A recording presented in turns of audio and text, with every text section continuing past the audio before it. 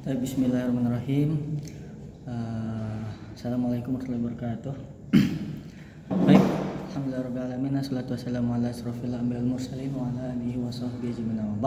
Rabbi shrah li sadri wa yassir li amri wa hlul 'uqdatam min lisani yafqahu qawli. Baik. Ismi Muhammad Fikri Yudiansyah, ingin membuat video mata kuliah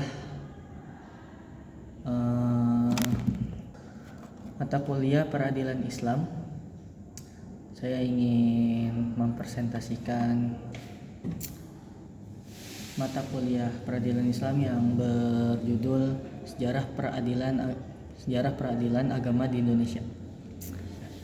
Peradilan agama di Indonesia memiliki sejarah yang panjang, bermula dari penerapan hukum Islam pada masa kerajaan-kerajaan Islam di Nusantara. Lembaga ini kemudian secara resmi diakui dan diatur dalam berbagai peraturan perundang-undangan sejak masa kolonial Belanda hingga kini. Selanjutnya, sumber hukum peradilan agama, yaitu yang pertama ada undang-undang. Peradilan agama di Indonesia didasarkan pada berbagai undang-undang seperti Undang-Undang Nomor 7 Tahun 1989 tentang peradilan agama dan perubahannya. Selanjutnya, peraturan pemerintah. Berbagai peraturan pemerintah seperti PP Nomor 45 Tahun 2014 tentang jenis dan tarif atas jenis penerimaan negara bukan pajak juga menjadi sumber hukum bagi peradilan agama. Selanjutnya, fikih dan doktrin Islam. Ajaran-ajaran Islam dalam fikih dan pemikiran ulama menjadi landasan filosofis dan teologis bagi peradilan agama. Selanjutnya ada Inpres dan keputusan presiden. Selanjutnya ada kompilasi hukum Islam dan kompilasi hukum ekonomi syariah.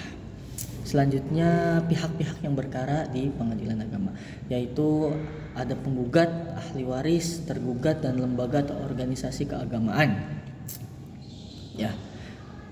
Selanjutnya proses berperkara di pengadilan agama, peradilan Islam dan agama. Yang pertama, pengajuan perkara.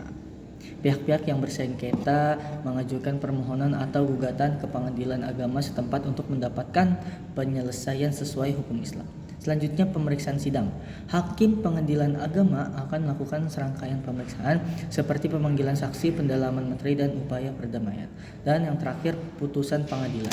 Setelah proses pemeriksaan, hakim akan memutuskan perkara berdasarkan hukum Islam dan memberikan penetapan atau putusan yang mengikat para pihak. Selanjutnya, asas personalitas keislaman di peradilan agama. Pengadilan agama adalah lembaga peradilan di bawah Mahkamah Agung yang bertugas dan berwenang memeriksa, memutus, dan menyelesaikan perkara-perkara di tingkat pertama antara orang-orang yang beragama Islam di bidang perkawinan, kewarisan, wasiat, hibah, wakaf, dan sedekah. Selanjutnya, asas personalitas keislaman. Asas personalitas keislaman adalah prinsip yang melandasi kewenangan pengadilan agama dalam memeriksa dan memutus perkara-perkara yang melibatkan orang-orang yang beragama Islam. Selanjutnya, peran dan fungsi pengadilan agama. Yang pertama, penegakan hukum Islam. Pengadilan agama berperan sebagai penegak hukum Islam di Indonesia. Mereka memastikan bahwa prinsip-prinsip syariah diterapkan dalam proses hukum dan penyelesaian sengketa perdata umat Islam. Selanjutnya, pelayanan masyarakat. Pengadilan agama juga berfungsi memberikan pelayanan kepada masyarakat muslim, baik terkait pernikahan, perceraian, warisan, dan lain-lain. Mereka menjadi garda terdepan dalam menjawab kebutuhan hukum umat Islam. Selanjutnya, pengawasan dan konsultasi. Di samping itu, pengadilan agama juga berperan mengawasi pelaksanaan hukum Islam dan memberikan konsultasi hukum kepada masyarakat. Mereka menjadi gatekeeper dalam menjaga ortodoksi praktik keagamaan umat. Dan yang terakhir, pembangunan hukum nasional. Secara lebih luas, pengadilan agama turut berkontribusi dalam pembangunan hukum nasional yang berlandaskan nilai-nilai Islam.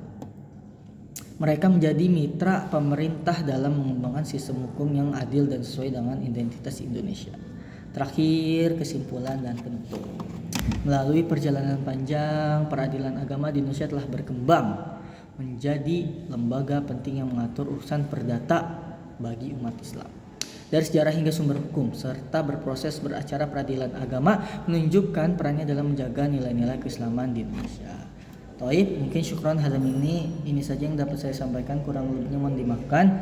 Wassalamualaikum warahmatullahi wabarakatuh.